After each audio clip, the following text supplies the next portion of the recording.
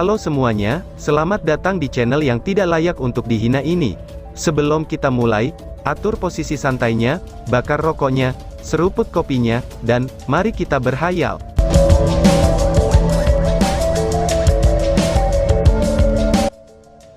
Kita lanjut ke alur ceritanya. Tetua Fei menjawab, "Tidak, tentu saja tidak." Tetua Fei melanjutkan dengan tergesa-gesa. "Kapten Lin sangat baik. Aku akan mengajak kamu untuk beristirahat, lalu memberitahu dia untuk menyambut kamu." Lanjutnya, Kapten tim seperti apa Lin Xin?" Han Yu tidak bisa menahan diri untuk bertanya dari samping. Tetua Fei menunjukkan senyum tipis. "Kapten Lin sekarang memimpin pasukan penyihir nomor 1 di Kuil Mage. Dia memiliki 500 penyihir api sebagai bawahan, yang merupakan landasan kami dalam pertahanan melawan iblis," jawab Tetua Fei. Mendengar itu, Han Yu segera tertawa, "Hahaha. Pangeran Mahkota memang berbeda. Dia bahkan tidak bisa menyerang, namun berada di komando pasukan penyihir nomor 1, ucap Han Yu. Tetua Fei memiliki pandangan yang berubah. "Hei kamu, tolong ambil kembali kata-katamu." Kapten Lin mengandalkan kekuatannya sendiri untuk berkontribusi pada Tombal Mountain Pass, dan mengumpulkan tindakan militer untuk menjadi kapten pasukan penyihir pertama, dan ini tidak berhubungan dengan kepala bantu Lin Chen. Memangnya siapa yang bilang kalau dia tidak bisa menyerang? Kekuatan bertarung Kapten Lin tidak ada duanya di tingkatan yang sama dengannya, dan bahkan penyihir dari kultivasi yang lebih tinggi tidak akan menunjukkan kegunaan lebih daripada dia di medan perang.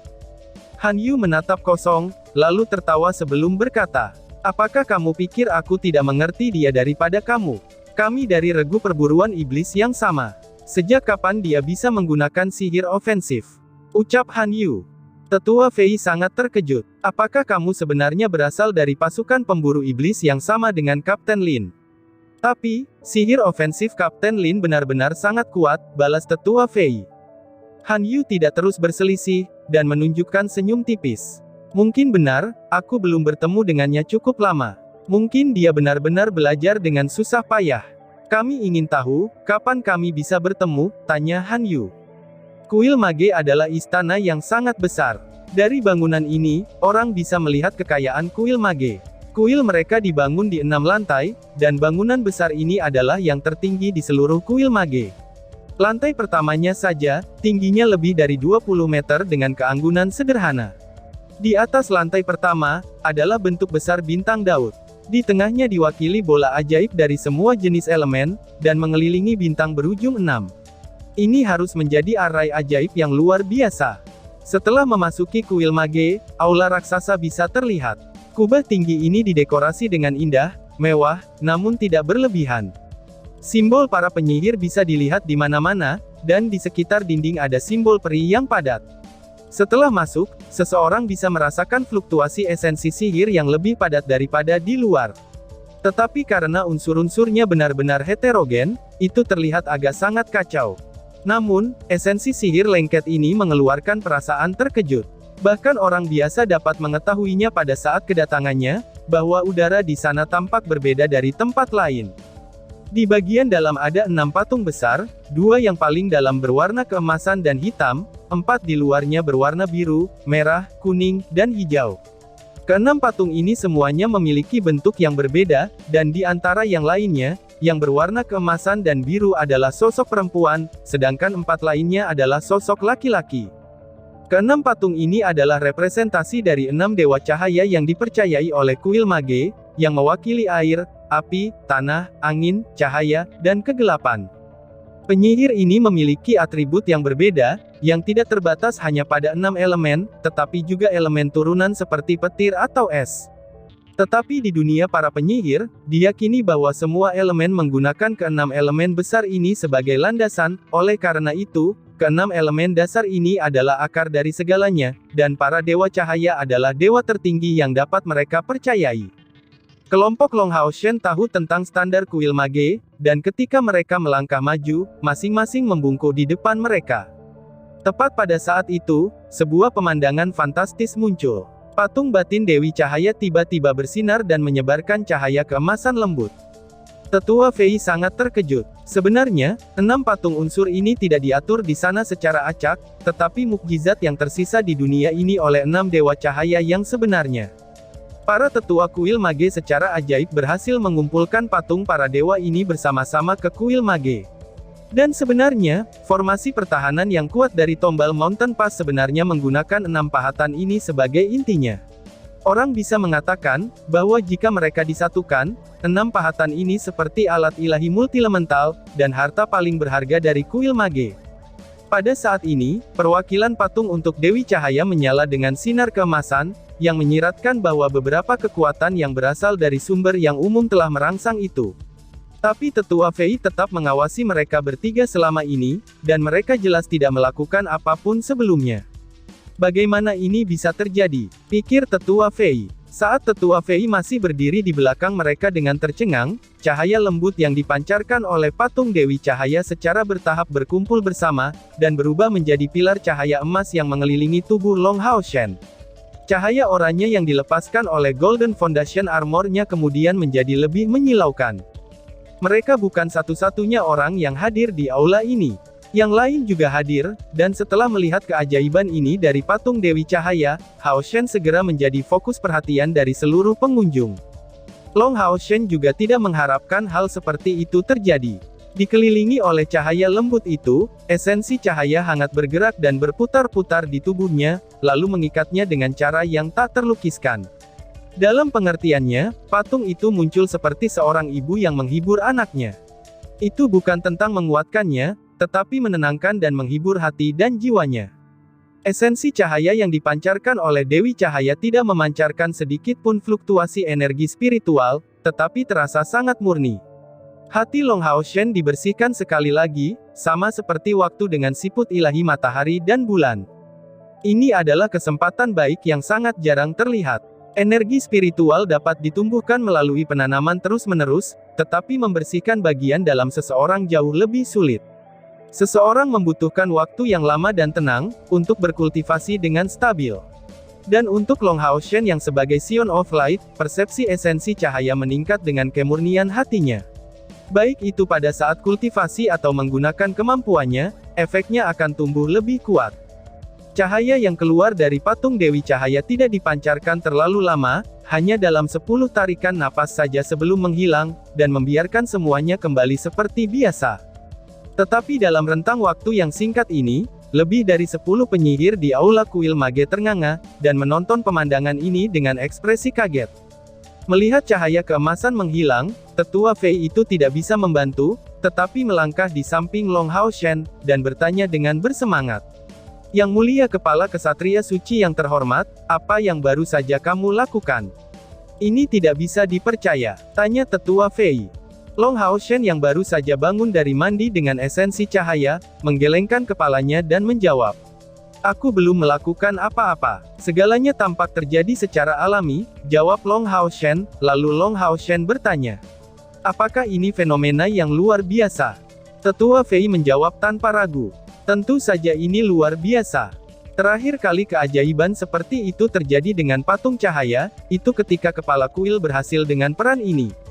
Senior Temple Head adalah seorang praktisi unsur cahaya. Ketika keajaiban itu terjadi dengan patung Dewa Angin, aku melihat hal yang sama terjadi dengan kamu. Pada saat itu, untungnya aku mengikuti guru, dan dapat menyaksikannya. Jika aku tidak salah ingat, itu terakhir kali hanya berlangsung selama beberapa detik, dan sejauh ini tidak selama kamu, jawab tetua Fei, dan kemudian tetua Fei bertanya. Apakah kamu yakin tidak melakukan apa-apa? Long Hao Shen menggelengkan kepalanya sekali lagi, dan tidak berani terus berbicara. Para penyihir di sekitarnya tidak menunjukkan tanda-tanda berhamburan, dan semuanya melihat Long Hao Shen dengan takjub. Di antara mereka, seorang penyihir wanita muda melangkah, dan dengan sopan berkata, apakah kamu mencoba untuk melakukan demonstrasi di depan kami atas nama kuil kesatria? Tanya si penyihir perempuan. Penyihir perempuan ini memiliki penampilan yang bagus, tubuh ramping, mengenakan gaun cian yang jelas dan rapi. Pita hijau mengikat rambut hitamnya, dan di atasnya ada permata hijau. Di tangan kanannya ada tongkat panjang yang seluruhnya berwarna hijau cemerlang seperti sepotong kristal hijau. Di atasnya tertanam permata transparan berbentuk telur, dan anehnya, bagian dalam permata transparan itu hanyut oleh angin hijau, itu nampak seperti badai yang disimpan di dalamnya. Long Haoshen mengerutkan matanya dan menjawab dengan serius.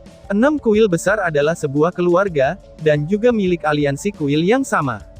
Jaga lidahmu baik-baik, jawab Long Haoshen. Penyihir wanita muda ini mengabaikannya, dan menyatakan kepada Tetua Fei, "Tetua, aku harus melaporkan masalah ini kepada guru," ucap si penyihir wanita. Tetua Fei mengangguk. "Kebetulan sekali. Aku juga mencari kepala kuil senior. Katakan padanya, bahwa kepala Saint Knight sementara telah datang," balas Tetua Fei. "Hah, kepala Saint Knight sementara? Baiklah," jawab penyihir wanita. Wanita muda itu bahkan tidak repot-repot memperhatikan Long Haoshen, dan segera berbalik. Penyihir lain tersebar dari sana juga. Tetua Fei menyatakan meminta maaf kepada Long Haoshen, "Mohon maaf kepala Saint Knight. Tan Wan tidak sopan. Aku benar-benar minta maaf kepada kamu atas namanya," ucap Tetua Fei. Han Yu dengan dingin melangkah. "Siapa dia? Dia sebenarnya sangat kurang sopan santun terhadap Saint Knight Head kita. Kami akan melaporkan masalah ini ke aliansi," ucap Han Yu. Tetua Fei tersenyum pahit, "Aku yang alah. Aku tidak bisa mengelola gadis ini, dia murid langsung kepala kuil senior, dan juga satu-satunya murid kepala senior. Kebanggaannya setinggi gunung, dan dia bernama Tan Wan, berusia 26, tetapi masih belum menikah. Meskipun ada beberapa dukungan di balik harga dirinya. Di usia yang begitu muda, dia sudah mencapai peringkat ketiga dari tingkat ketujuh. Dia, Xuan Yuanyan, dan Lin Xin, mereka dikenal sebagai yang menonjol dari generasi muda, dan telah mencapai langkah ketujuh di bawah usia 30, jawab Tetua Fei. Han Yu tampak terkejut, Lin Xin telah menembus tingkat ketujuh. Itu sangat bagus. Kapten, itu artinya kita bisa. Sampai di titik ini, perkataan Han Yu terhenti dalam tatapan penuh makna Long Haoshen. Han Yu kemudian menyadari kesalahannya, dan buru-buru menutup mulutnya. Namun, sebutan kapten ini diperhatikan oleh sesepuh Fei. Jadi Lin Xin dan Han Yu adalah rekan satu tim di regu perburuan iblis yang sama, dengan kesatria ini menjadi kapten mereka. Tetapi jika mereka berada di regu perburuan iblis yang sama, itu berarti bahwa batas usia yang sama berlaku untuk semua anggota mereka. Jika Long Haoshen adalah kapten mereka, bahkan jika usianya lebih tinggi, itu seharusnya tidak jauh lebih tinggi, pikir Tetua Fei. Tapi dia dibalut dengan armor fondasi emas yang hanya bisa diperoleh oleh pusat kekuatan besar yang mencapai setidaknya di tingkat ke-8. Dan lebih jauh lagi, tidak ada Golden Foundation Knight yang bisa menjadi sangat baik di antara para kesatria dari tingkat ke-8.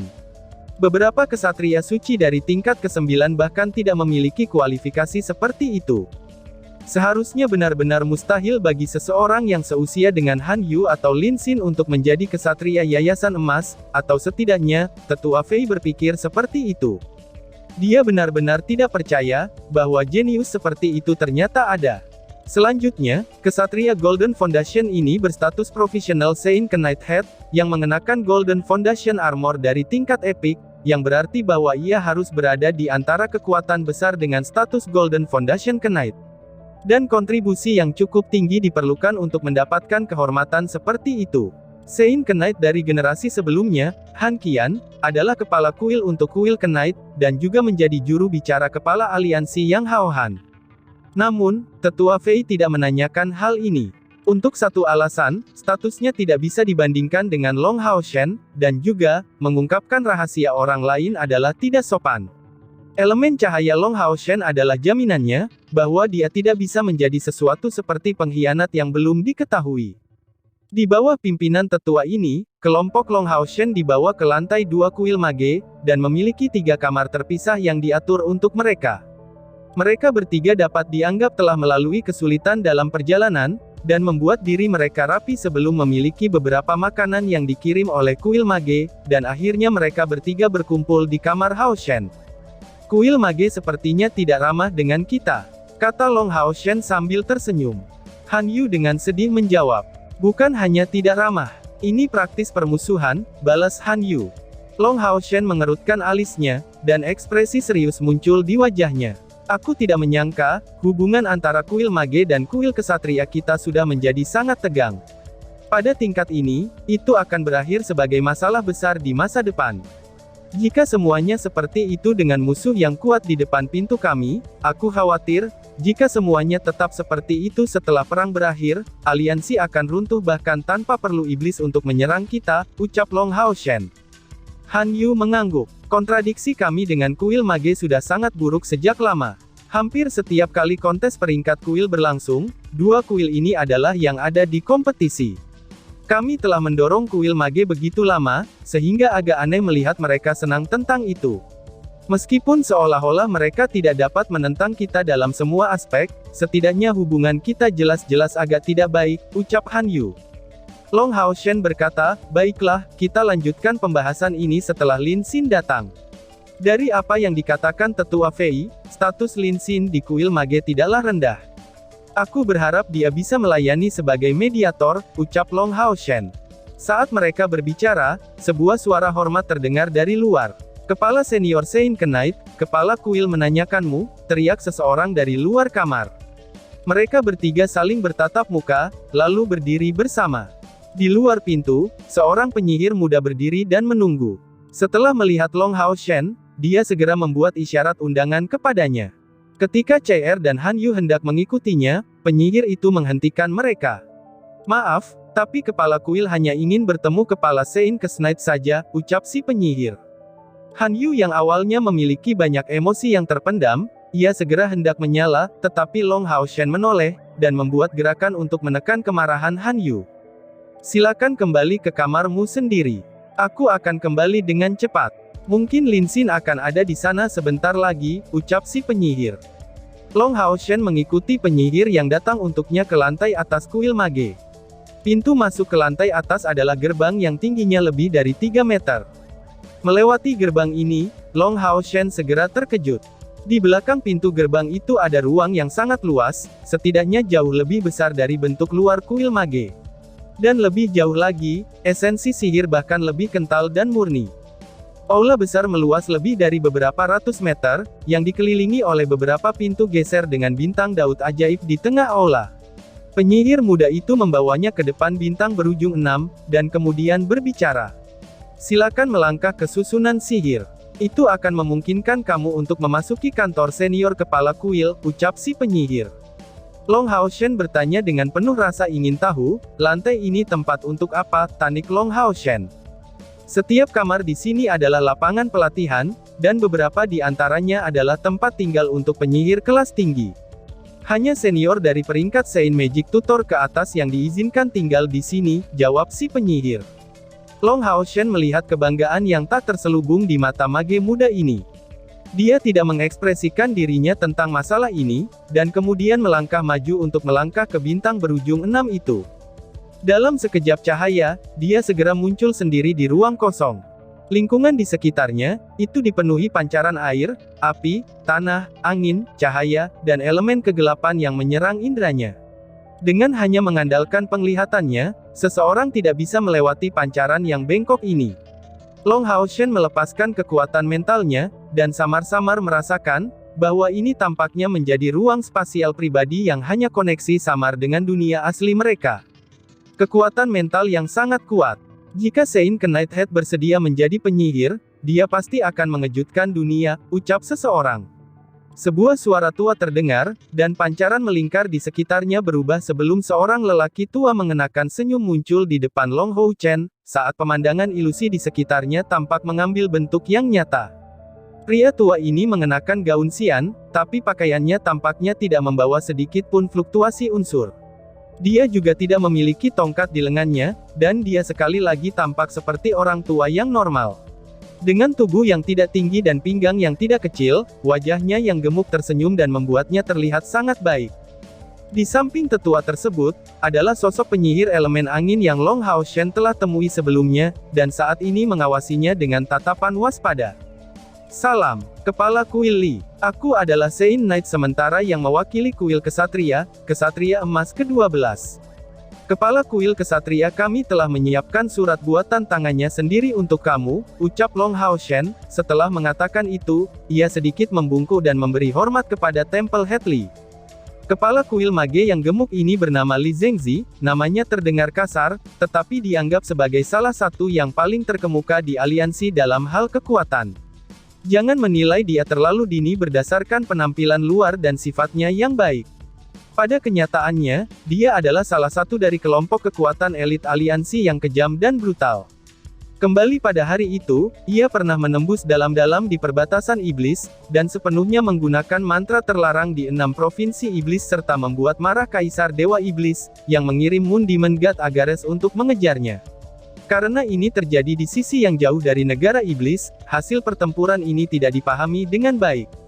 Tapi setidaknya, Li Zengzi masih sehat, setelah menjadi pengendali saat ini di belakang kuil mage. Melihat Long Haoshen membungkuk padanya, Li Zengzi menunjukkan pandangan yang dalam, dan mengarahkan senyum. Kepala Sein Knight tidak perlu berdiri di atas formalitas seperti itu, ucap Li Zengli. Setelah mengatakan itu, dia mengangkat tangannya. Orang bisa melihat gelombang cahaya hijau langsung meledak ke arah Long Haoshen, tetapi ketika serangan hijau ini sampai padanya, kekuatan pendorongnya mengkhawatirkan Haoshen. Apakah dia menyelidiki aku? Long Haoshen awalnya bukan orang yang sangat kompetitif, tetapi sebagai kepala Sein Knight dari kuil ksatria, ia secara alami tidak bisa gemetar ketakutan pada saat seperti itu. Ketika terhenti, aura Long Haoshen segera memiliki perubahan besar.